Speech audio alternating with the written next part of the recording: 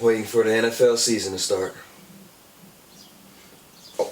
Hey, sports world, how y'all doing? It's so good to see you again. Now you know I've missed you, and I'd like to welcome you to the first ever Facts with Mack NFL mock draft, and it's an honor for me to be sitting here and sharing my thoughts on this upcoming draft with you all. Now, this is an exciting time for NFL football fans. Why? Because it means we're one step closer to the start of the NFL season, and it cannot come fast enough. Now, in my mock draft, I don't do the picks that I think teams want to do. I do the picks that they need to do.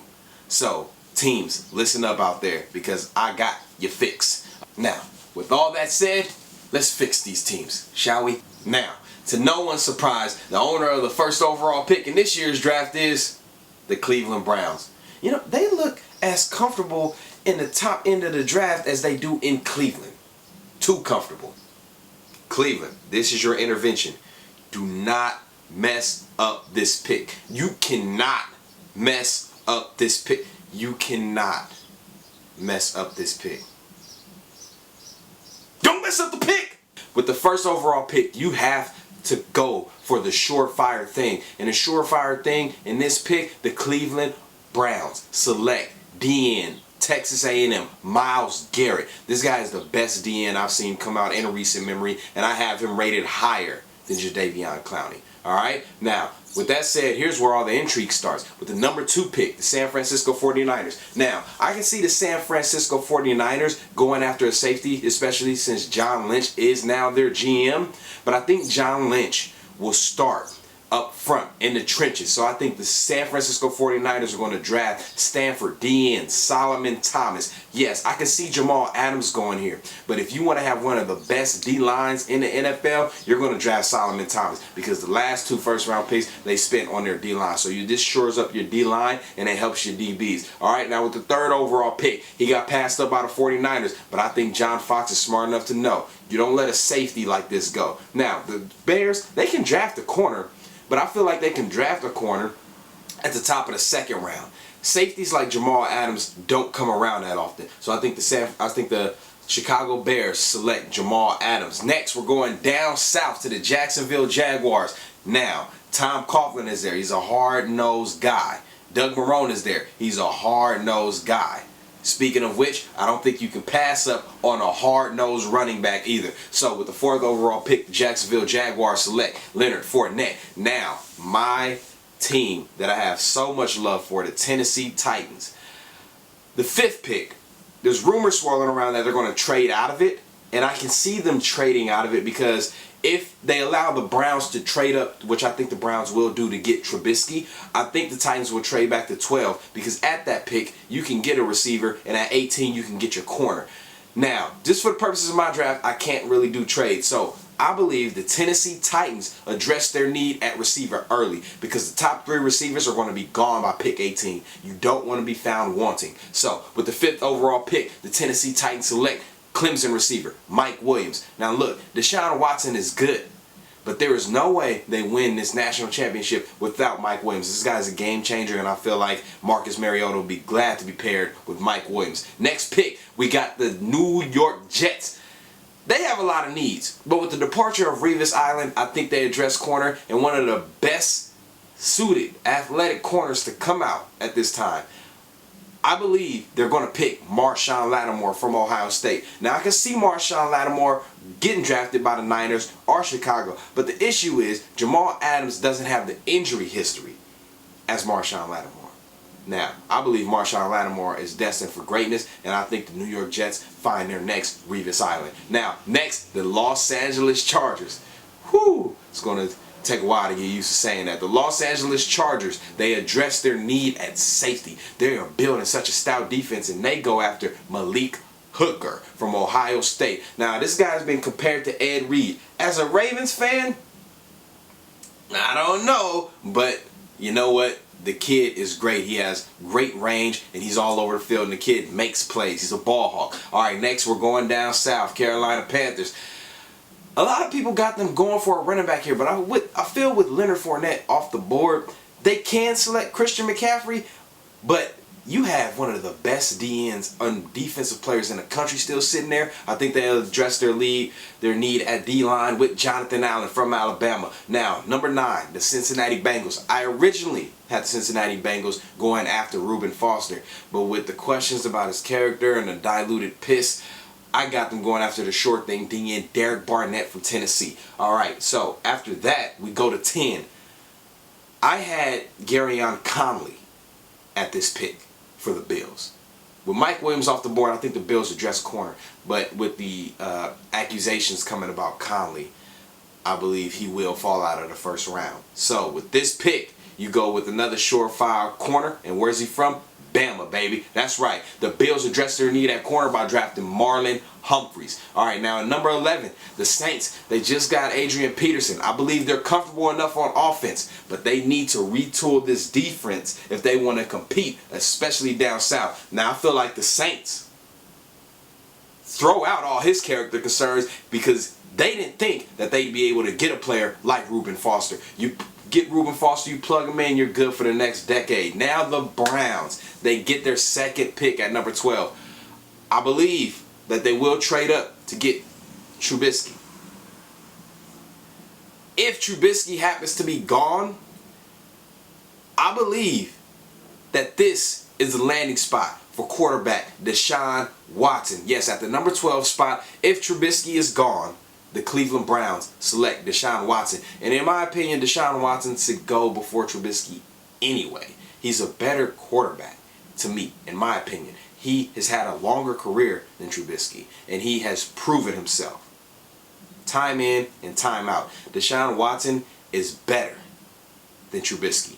And honestly, I think Deshaun Watson's a better quarterback coming out than Dak Prescott. And that's speaking volumes. All right, so next pick, we got the Arizona Cardinals at 13. I believe that they find Larry Fitzgerald, eventual replacement. And I think that they go from the Western Michigan.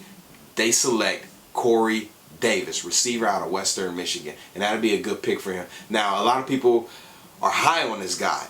I'm not as high on him as I'm high on Mike Williams and John Ross, but a lot of people are high on this guy. He has a big body, and he could be a good replacement for Larry Fitzgerald. Now, number 14, this is interesting. We got the Philadelphia Eagles. Now, a lot of people have Christian McCaffrey going to the Philadelphia Eagles, but I know for a fact that Dalvin Cook is a stronger prospect and a better running back than Christian McCaffrey.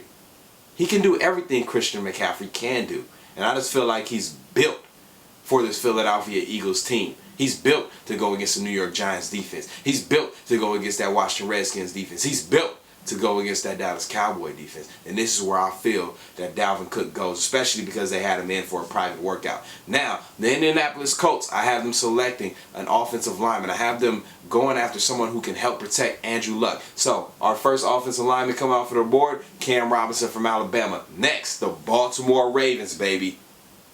Do not draft a lineman. Do not draft, I'm going to repeat myself, do not draft a lineman, okay?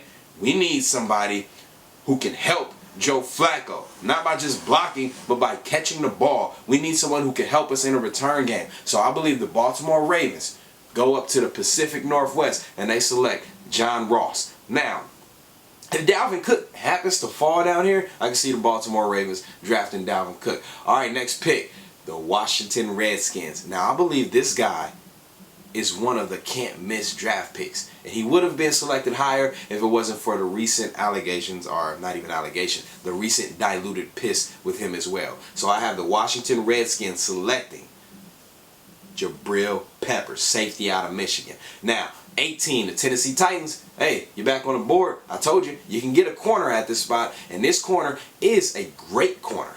And he is Mr. Consistent. And I have the Titans selecting Tre'Davious White. All right, moving on to my next pick.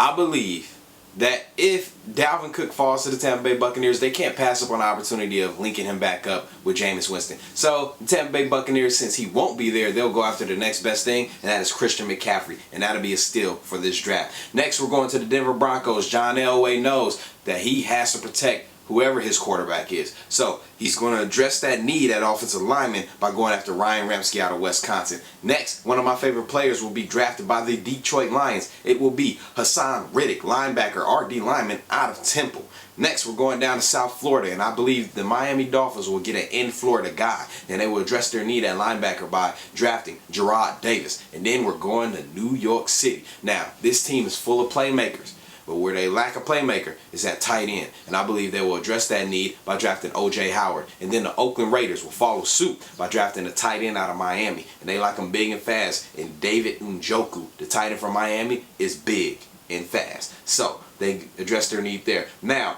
I believe the Houston Texans, this is where you will see the second quarterback come off the board.